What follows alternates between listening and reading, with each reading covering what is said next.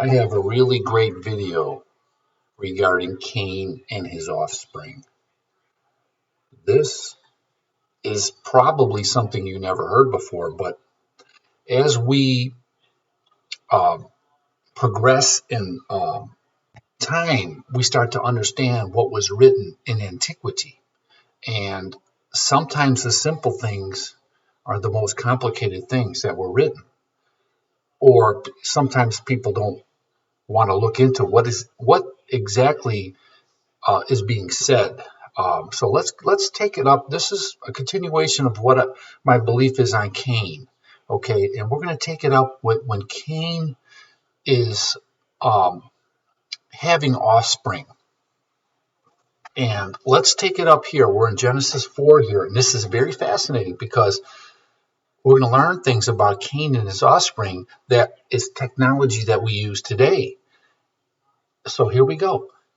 Now, it says here, first of all, Enoch built the city, and they named it after Enoch. Okay, and Enoch, the name of Enoch is Cainach, and the city is Canaan. And I explained it in other videos, but here we go. This is going to be the sons of Enoch. So here we go, and it says here, and Ada bare Jabal. They got this name Jabal, and he was the father of such that dwell in tents. Now they want to tell you that after Enoch builds a beautiful city, that now there's all of a sudden now we got his son's going to be the guy that starts to dwell in tents. But no, they were dwelling in tents beforehand, before the city. They told you that he dwelt in tents, but that is not true. Okay, that's not entirely true. It can mean tents, but that's not. You have to take the whole context here. Let's look at the word tents. Okay. Yes, it does mean tents, but look what else it can mean. Okay. Now we look at the tents here. Now look at this right here. Look, it does mean tents, but look at side pillars. Okay. So if it's a building with side pillars, because that's what, when they started building cities, they came up with these pillars. You see them in antiquity. All the buildings have these pillars. Okay, now side pillars.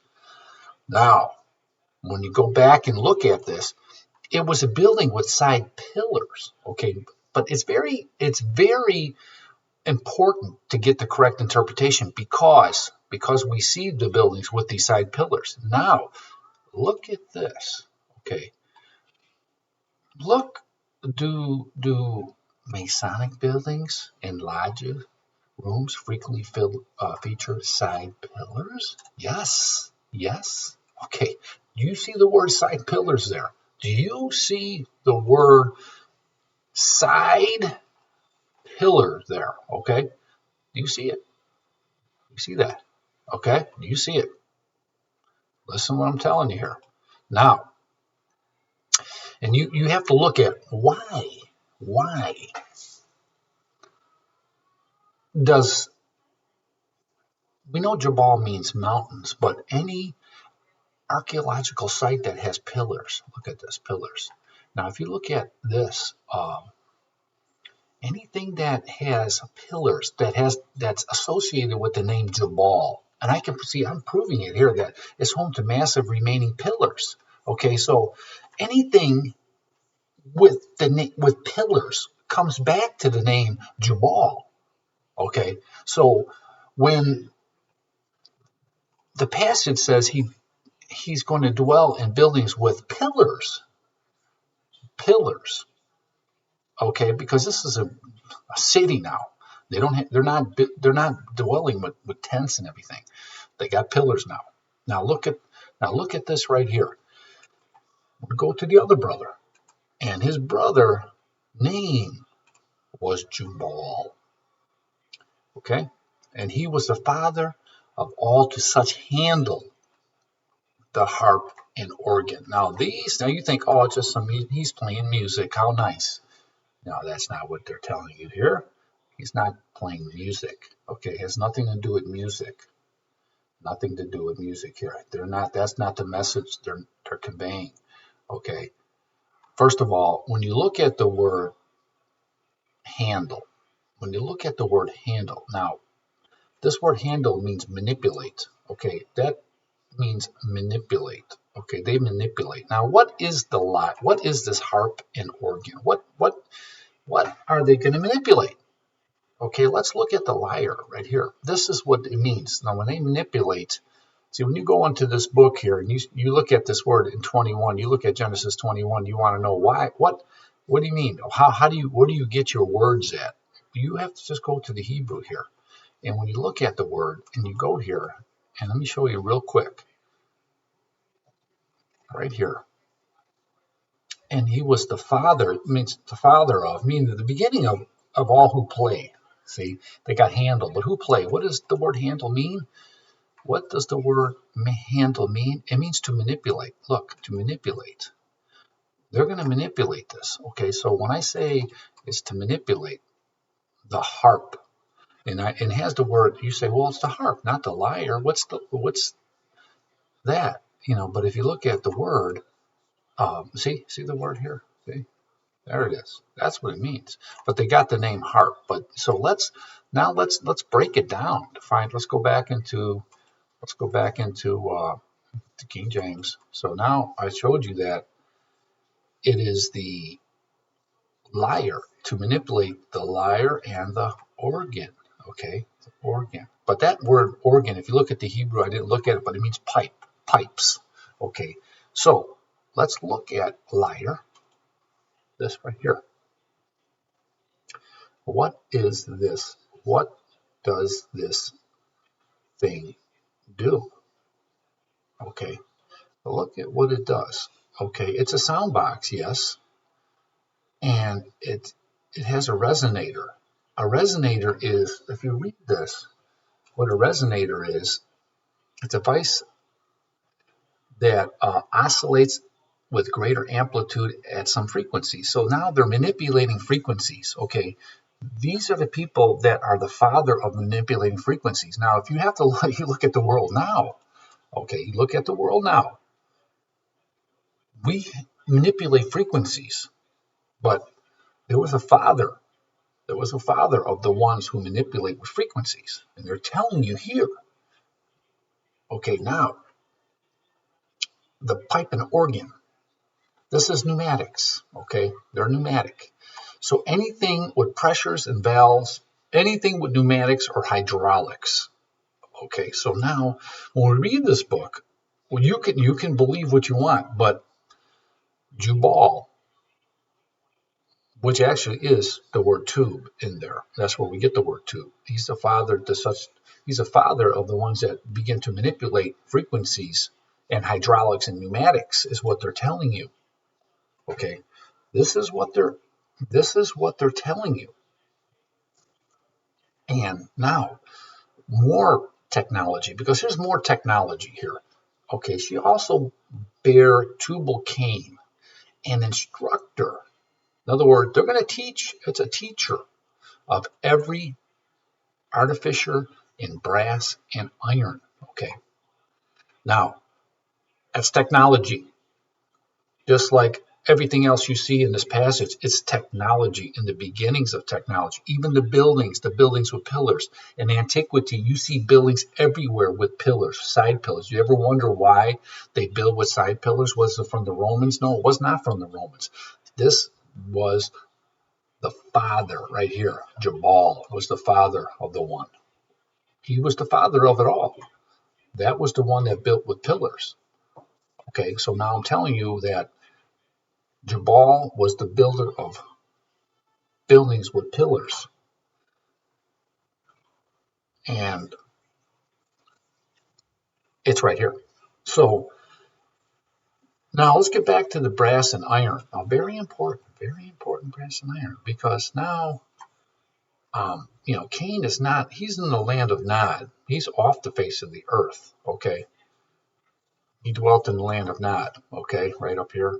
And he's off the face of the earth. He is from the face of the earth. And Cain said, has driven me out this day from the face of the earth. So he's no longer on this face of the earth. So when, when the flood comes and floods the face of the earth, Cain's not there.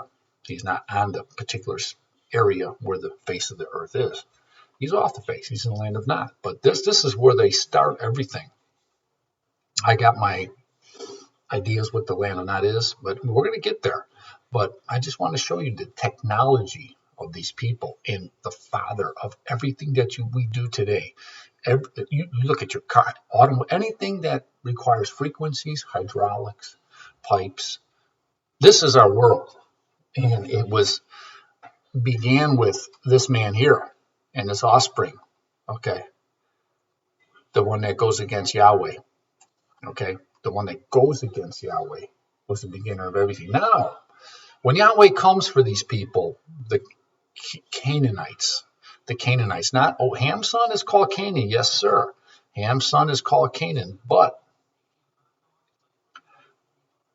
the sons of Anak are there, which came from Canak, and they are in the land of Nod also. But I have other videos to explain this thoroughly. So when Yahweh comes with his best tribe, Judah, and he comes against iron chariots, do you think, I know people think Yahweh's God and Judah, do you think Yahweh is he stronger than iron chariots? You would think, without thinking, you would think, oh yes, he's stronger than iron chariots. Oh, Yahweh can blink his eyes and kill anybody that's on an iron chariot. He would be able to blink his eye if he wanted to. So he should be able to prevail against anybody, especially with if he uses Judah to fight with them. He's going to surely be able to prevail against anybody with iron chariots. Okay, well, that's what you would think, right? But let's look at one of these verses here that talks about this very thing. Okay, now let's go here. Let's start it up right here in Judges 1, verse 19. And the Lord, which is Yahweh, that word Lord means Yahweh, was with Judah. And he drave out the inhabitants of the mountain. Okay? Listen. But could not drive out the inhabitants of the valley. Why? Well, it's because the mountains are, they're rugged terrain. But look at the valley. You can drive a vehicle on that, and you can have vehicles, right? And it's because he could not drive out the inhabitants because they had iron chariots of iron. Okay, right here, because they had chariots of iron. Okay, they had chariots of iron. So the very people that want to know who this Yahweh is, he cannot prevail or drive out the inhabitants that had iron chariots. Okay, he could not do it. And who was the instructor? It was Tubal-Cain was the instructor of every artificer in brass and iron. So here we go. We got a problem. We got a big problem. Now, you might think that, Cain's bad, Abel's good, and, his sacrifice, Abel was his sacrifice. Well, he killed the animal, blood, guts, and he brought it and he cooked it up and brought it to Yahweh because Yahweh eats, of course, and his sacrifice was good. So, Abel sacrificed one of his prize animals. So you're going to kill your animal, and that's good. But Cain followed the Elohim, and he brought the fruits of the land, what we're supposed to eat, according to Genesis 1:28. You're not supposed to. This is going to be meat for you. But Cain does what the Elohim wants, but Abel does what Yahweh wants and brings this sacrifice of fat blood. And people say, well, that's you got to follow your God, and you got to kill what's so precious to you. You have to kill. But that doesn't that sound a little bit strange? Like if you asked a person, okay, give me an example of sacrifice. Now they told the same God told Abraham to take his son and kill his son for him. So Abraham ties his son up, and Isaac knows he's going to be killed. And he's looking at his father like, this guy's going to kill my father's going to kill me. And Abraham would have went through it. He raised it according to the scripture. He raised the knife. He was going to kill his son. Now I'm going to ask you, would you kill your son? If a guy came up to you and say, look, you love me, you have to kill your son now. Go ahead and kill your son. Then I know you love me. So this is the lunacy of this so-called one Yahweh. He requires death, sacrifice, killing, brutality. This wasn't the original plan. You have to know that this Lord, this Yahweh, and people say, oh, would you do it? Would you kill your own son? Then if you say no, then you really don't love this God. If you say yes, you would kill your own son for this God, then you've been deceived, my friend. Because the one that was a liar, murderer from the beginning is the very same person that's deceiving you right at that point. So you have a fork in the road. Do you love this God enough to kill your own offspring?